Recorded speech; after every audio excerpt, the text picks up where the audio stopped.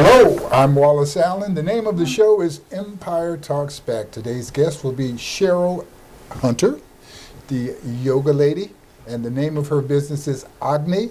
We'll also have Mr. Pepi Jackson, the president of the Riverside Black Chamber of Commerce. We'll be right back after this short break. Get your water and come on and have that seat. Your girls have been with you through every moment of your life. And they're still with you right now. But how well do you know them? You don't know my name.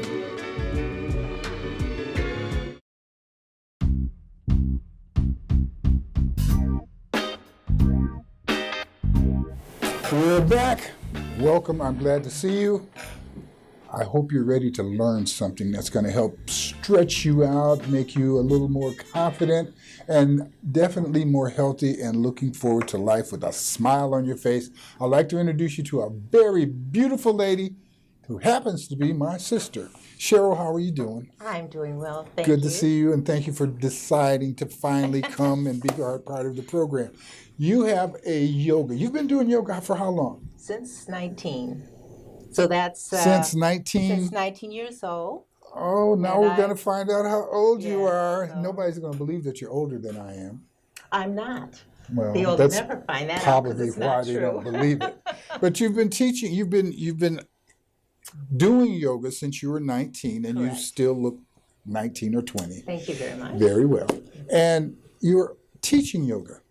Yes. What is it about yoga that attracted you, that made you decide to stick with it as long as you have? Well, I had a background in dance, and I always liked to move, and I think that's what initially attracted me was just Well, the you didn't movement. take up track and field. You didn't take up basketball. You took up yoga. You could move in those things too. That's true, but So- I had also participated in those sports before, so I had information on how those operated. This was something different. Okay. What was your first experience with yoga? What made you? Actually, I just saw it on TV. Okay. I just happened to turn to, a PBS show, and they were demonstrating some yoga at the time. A gentleman by the name of Richard L. Hittleman was on, and I just was attracted to it. And so, literally, I began doing yoga from TV. Okay. So it was a home practice. And then when I went away to school, this gentleman taught in Monterey, and I was at San Jose State, and he'd actually come up to the Women's Center and teach yoga. So I learned directly from the gentleman I had initially seen only on TV, and I Very began good. taking classes from him. And I proceeded to do that. I also... actually, my first class with him seemed to really touch something deep within me. Well, I understand that's what yoga does. Yes. That as you practice and you do those various moves that, and I'm going to discuss them. I can't do them. Yeah. But as you do those moves, I understand that they do things to your body that you just can't do with another exercise. Can you talk about some of the benefits of yoga? The magic in these movements, I mean, I don't think there's a significant difference between Western calisthenics and Eastern calisthenics other than the intention. You said and the breath. calisthenics. Are you putting yoga into the category Yes, of I am. calisthenics? Yes, Okay. I am. So it's a Unlike a lot of people, it's movement. But what makes it unique and healing to the level that it is how you breathe, as well as the intention. Because we will incorporate, along with the movement, which is a vinyasa flowing movement. vinyasa. Vinyasa is like a dance flowing movement. That's a beautiful word, vinyasa. And that's how it's moves. supposed to look. That Okay. is the movement that's more with Ashtanga yoga. But there are Oh, my vocabulary is just increasing here with you. Well, Those are different methods, different teachers in different yoga, styles. different styles. And Okay. of course, there is the other type of yoga where it's isolated, where you're just maybe doing finger work or arm work. It can be isolating also of different parts of the body. It doesn't have to go into the vinyasa flow. The vinyasa flow is just one area where I focused a lot of my attention and began to go into the area of the style of more power yoga. And it's power yoga not based on its strength of what you do, but the dynamic results that occurs from Does you yoga build doing the muscle? movement. When you say power, it's asking, does it build muscle? Does it? Not necessarily in the sense it will feed the muscles, it will feed the tissues, it will feed the cells, unlike others. And so I'm not trying, it's not Now building you bulk. that's just a very interesting concept in terms of feeding the cells, Yes. feeding the muscles, as opposed to exercising the muscles. Correct. When I think about exercising, I'm a bit outside of it. I'm not so much thinking about the Nourishing various the body. nourishing the body as I am beating it up, to exercise, to sweat, to put some tension on it. Right. The concept of feeding the body, feeding the muscles, and you talk about breathing and how that creates a nourishment. Yes. So that is what nourishes the body, and your intention. The heart's intention Okay. makes all the difference in the world. So whether what you're it's- thinking about. Yes. But, and see, you say it, feeling, and you're saying it feeling. like, well, of course. Now, how could you Yes. not be feeling? How could you be involved in any activity and not be thinking about what you're doing? Well, that's what chewing gum and walking at the same time ask you to do. It Right. says pretty much do things automatically and don't think about them. Right. And I think as a result of that, we may automatically eat that quart of ice cream. Right. We may decide that, well, I'll exercise tomorrow. There's a lot of things that we do without thinking about the consequence This is or where the benefit. This is where the breathing comes in. So because tell me the about the breathing slows down the mind processes. Because there's a rattling going on 24 hours a day. Thoughts are constantly bombarding you, whether you're conscious of them or not. So I want to bring you in a state of consciousness, being aware of your presence here. You're moving your fingers. You're nodding. Are you here with me? Are you thinking about the next guest? Are we embodying this moment or not? And when we embody this moment with an intention and we nourish it with the breath, this is what increases the body circulation. It tones your muscles, not builds your muscles, but it tones the muscles. Because it's feeding your muscles. Because it's nourishing you. It's nourishing the body mechanism and system because you're taking the time. For instance, there is a breath exercise that as you begin to focus on your inhaling and your exhaling, the heart rate slows down. Well, it's a form of meditation. When you think about your breathing, when you remember from your anatomy and biology class that breathing brings you oxygen, and that oxygen goes into your lungs where it feeds the blood cells or occupies the blood cells, and the blood cells move throughout your body all the way down to the little capillaries in your fingers and the little ones in your brain, and that oxygen is the nourishment. And thinking about sending your blood vessels, your blood to the smallest blood-carrying veins and vessels in your body, that's, I think, what you're talking about in terms of being fully involved with it. It's like we have all of these distractions. I know with meditation, the idea is to recognize the distraction and throw it away through breathing and through thinking about it. So I do understand what you're saying, and I do understand how many times when we're talking to people, instead of actually listening and engaging with what they're saying, we're planning our next speech, our next delivery, as opposed to what we're really involved in. So with your yoga, how has it changed your life? How has it made you different? And I say that because I've been to family reunions with you where other members of our family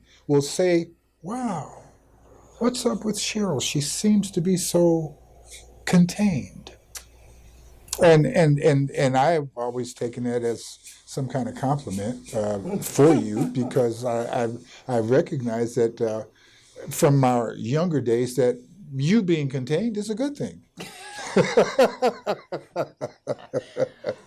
It is a good thing. Yes, it is. All of It us is- need to it- need it to is be a able to good- focus yeah. our energies on what we want to Yes. do. So when did you move into the realm of actually teaching yoga? Well, really, not long thereafter of being introduced, I remember very excitingly wanting to, share it with people who I went to church with. Or family members. I mean, there's so many areas from, vocally doing what's called mantras or chants, or the breathing, Okay. or showing physical poses, or relating to the feeling that it gives to you. And many times it can be expressed in spiritual terms. The feeling of being present, being engaged, and enjoying life. So the effects that it has had on me, I recall being a very moody young person, and it helped to alleviate. Having a brother like me might help you be moody. I had so many emotional swings, and I just thought that's how life was, Well, it is. It is, in general, that's the way it is. People yield to those distractions. They yield to the problems. They yield to the things that they don't really want to have in their life. They go and get these things. I'm surprised as I look at what's going on with our social media, how we go and find a place to actually divulge all of our private secret things, and then we wonder why our privacy isn't ours anymore. And then when they tell you about it, you still stay on the site. Yes. So taking control of your life, taking control of your attitude, taking control of your focus is pretty much what we're talking about. It's a method of making your life better. Yes, it's a discipline. I like disciplines.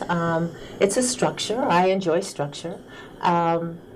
But then you have to let that go. So you do all your study, just like in school. You study, and then you have to release all of that, and then you have to operate in the world according to what you've been fed and what you've learned. What you've been fed is the intellectual material that you have to integrate. So that's your food and how you function and breathe and operate. It's your life expression, correct? Can you help other people? I mean, do you certainly think teaching can. yoga, Yes. can you help everyone? I can help those that have been sent to me. Okay, and to be sent to you doesn't mean they just knocked on your door. What does sent to you mean? I would imagine, knowing you like I do, that means there's some level of connection. They can be sent to you, but you've got to also receive them. That's right. So as we sit here and talk about your yoga, and we talk about Agni Yoga, did I say it correctly? Yes, Agni Yoga. Agni Yoga. You are Sacred Heart Fire. Agni Yoga, Sacred Heart Fire. Sacred Heart Fire. Yes, so we Tell ignite. people how they can get in touch with you. Okay. Give them your phone number if that's what you're willing to do, or give them your website address. All right, the name of my company is Agni Yoga, Sacred Heart Fire, and the phone number is 408-309-4367. And my studio is in Upland, California, so they can call me if they're interested in participating in any type of yoga for their health and vitality, coming into union with the wholeness of being. I'm more than happy to serve, and I have a website also. What is your website? It is agniyoga.cc,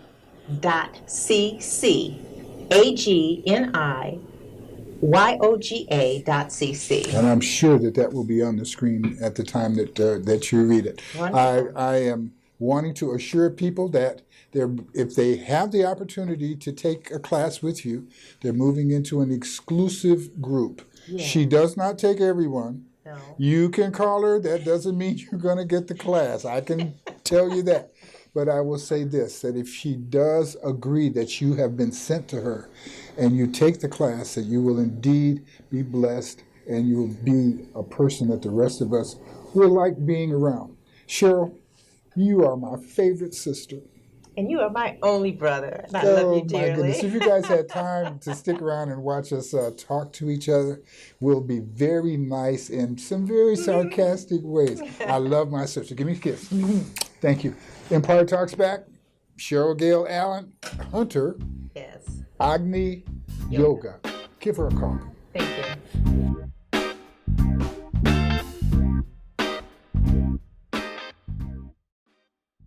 1 in 6 seniors faces the threat of hunger, and millions more live in isolation.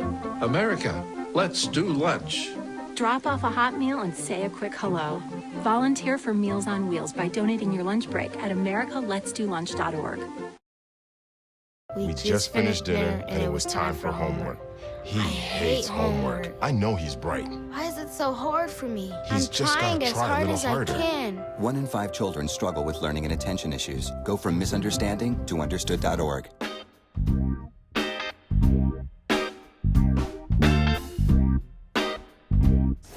Welcome back. I told you that I would have Mr. Pepi Jackson. He is the president of the Black Chamber of Commerce, Riverside. Riverside County, Black Chamber of Commerce. That's Very good. correct. Yes. Pepi, how you doing? Pleasure to be here. Man, I'm glad to see you. How are things Thank you. going with the chamber? Tell me why we got a Black Chamber in Riverside. Well, that's a great question. One of the reasons why we have a Black Chamber in Riverside County is because we have a number of Black businesses in Riverside County, and they don't have a place that they can call their own. We need to be able to provide a space, opportunity for Black-owned businesses to be able to have an opportunity to be able to come into a place where they know their ideas are going to be received positively and encouraged to be able to grow and be able to actually execute those ideas. You'd have to be landing from Mars today if you didn't understand that there are differences, there are inadequacies, there are disadvantages that the African American community has, and which causes a tremendous disadvantage to America because the finest opportunities, the finest efforts that the African American community can provide have been stunted and kind of shut off to the side.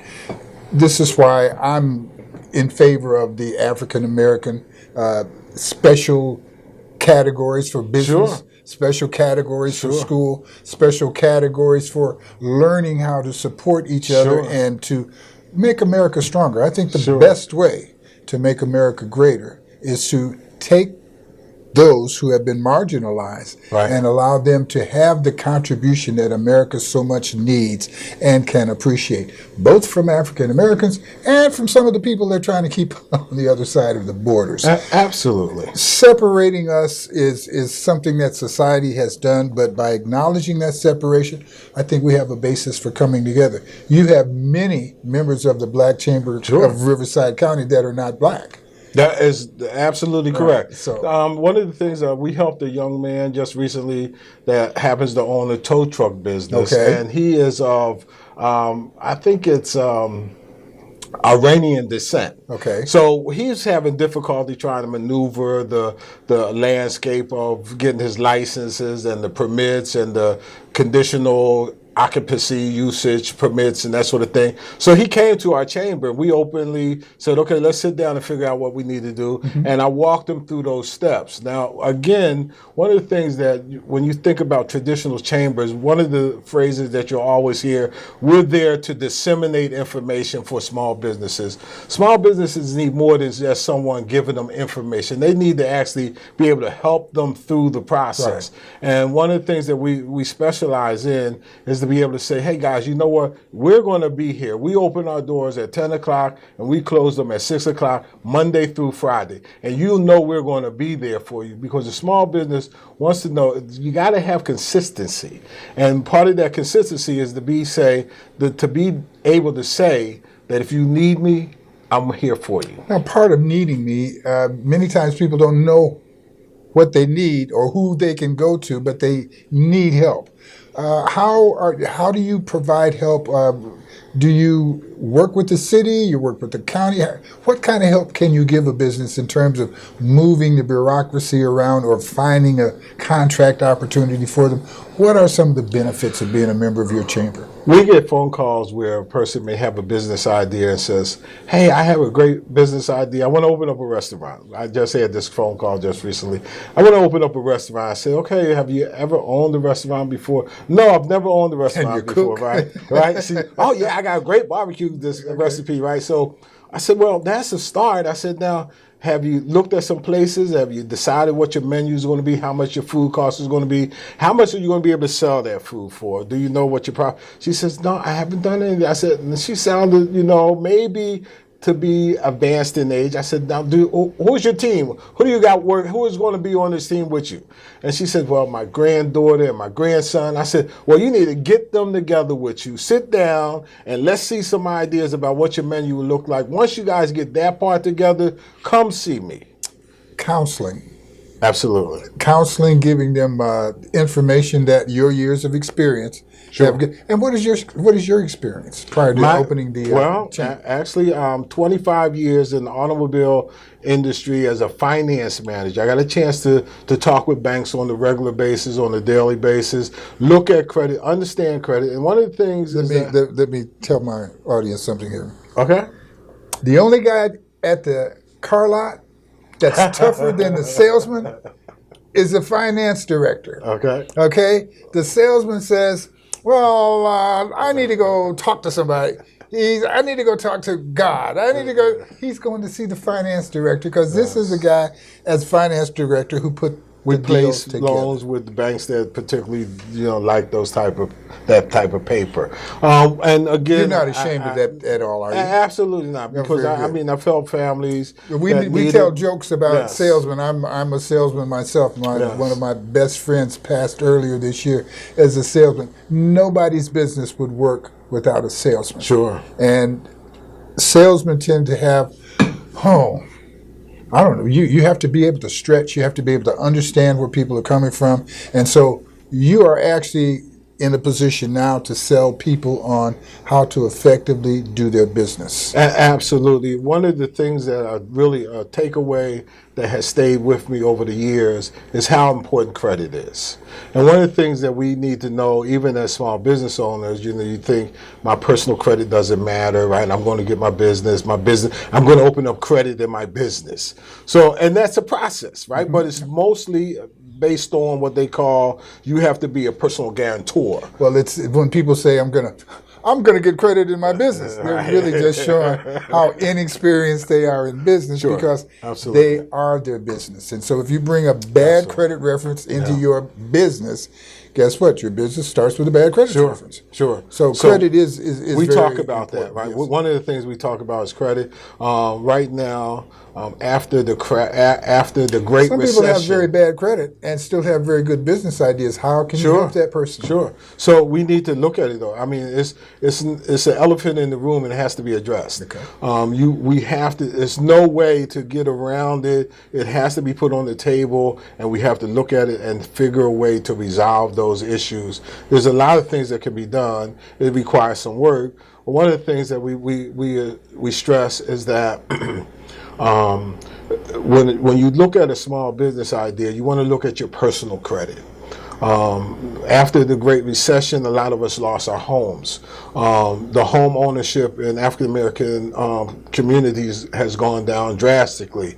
We want to put them back in the seat of being a homeowner, because now you start to gain your credit worthiness again, and you also have assets. When banks look at whether or not you're loan worthy, they want to see what you owe, what you won't own, what you're worth, what you're capable of being able to. Now I know that you would have members in your chamber that also do financial planning. Absolutely. That do that their business is what you're talking about now. Sure. How often are you able to get members of your chamber to help each other, and with the beyond networking where we're trying to get each other to do business with each other?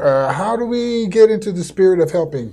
Do we Again, one of the things I really have made 2018 and 2019 a priority for our chamber is to create that space where we can come together and collaborate together and share ideas in a meaningful way. Okay.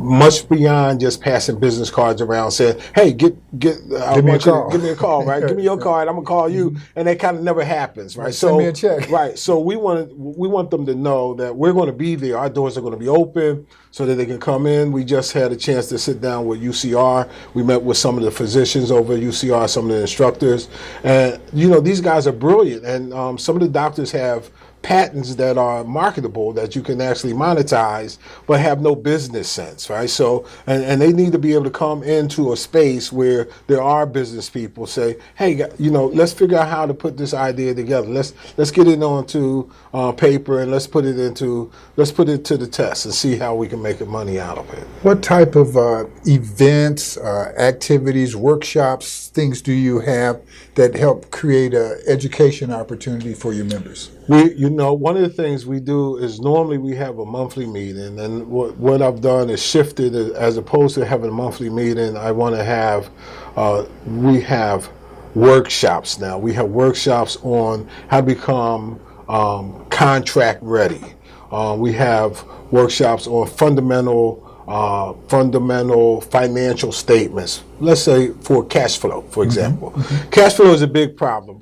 The buzzword is access to capital. Access to capital. We're going to give you an access to capital seminar. So we say, well, I got to go find out where's the money at, right? But the real challenge is for a small business is to manage their cash flow.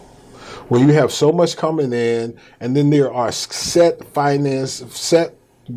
obligations that you have to meet every month. You have to meet your rent, you have to meet your utilities, your payrolls. Those are fixed costs. And your cash flow would be the thing that your challenge was each month. And we want to show them how to manage their cash flow. Yeah, now cash flow doesn't necessarily represent profit or money that you can go buy a new car with. Correct. But it does it is important in order to take care of all of those daily things that have to be handled in order to make your business work. Who's the most unique business that you may have in your chamber? And when I say unique, I guess I don't know what would make it most unique. That would be the second question, I guess. Okay, that's a great question. We have a gentleman that I want to share with you. Just secured a contract with a manufacturer over in China to make makeup brushes, right? So, and I'm thinking to myself, what's the market on makeup brushes, right? Okay, so he's ordering makeup brushes from China. Ordering from China, and he's put together a set of brushes. I mean, women must have at least about 15 different brushes. I didn't know. So he brings out this set of brushes and says, look, I can get these for, I think it was, I don't know if I want to say, it was incredibly low price, but high quality. And then we used the brushes, and we just did a small marketing survey right there in the office, and all of the women who use brushes on a regular basis were amazed. So really? Yes. So it's the first time that I've seen the makeup industry in that area. We do a lot of our folks love to look good. Men are moving much more into makeup. Yes. If our budget here at the station was better, I'd have had you made up. I would both would have been, with some kind of powder and stuff to make some of my wrinkles go away. Certainly. So that's a market that could be expanded. Yes. And did he say why he went into that? Just an idea. Just an idea. Him and his wife were sitting around, kind of. Spikeballing ideas, right? So he said, look, you know what? If we had a product that was, appealing to, and I guess it was his wife's encouragement that says, maybe we can do this. Now, they'll probably move into eyelashes and that sort of thing too. But how often do people come to you at that early stage of developing a business? Are you open for that, or do you really look for people to be in business and then come join the chamber? Or is it okay for them to join the chamber because they want to start a business? Sure, all of the above. One of the things is that we do have a special initiative for helping to create business. We know that there's still a great need. There are over, I think as I read the numbers, over 2 million Black-owned business in the nation, but still that's not enough. And certainly here in the Inland Empire, we want to encourage Black-owned businesses. And let's do more than encourage them. Let's tell them how to get in touch with you so that Absolutely. you can actually help them do that. Actually, Pepi Jackson, yes, Black Chamber of Commerce, Riverside County, Black Chamber of Commerce. How do we get in touch with you? You can get me at riversidecountybcc.org. That's our website. You can call 951-823-0175. And again, my name is Pepi Jackson. And spell Pepi. As P as in Paul, E as in Edward, P as in Paul, I. Pepi Jackson. And that is my given name. You can catch me at 951-823-0175. And if you misspell it, like I have, P-E-P-E, in your phone, he won't even know that you misspelled it. And you can correct it to P-E-P-I like I'm going to do in my phone. Pepi, a real pleasure to see you every time I see you. I really appreciate you. Thank you. Thanks for doing the good work that you do. Thank you, sir. Very good. All right. Folks, you'll see us next week if we're in a position, if the good Lord's willing and the creek don't rise. God bless you. Thank you for deciding to spend your time here with us on Empire Talks.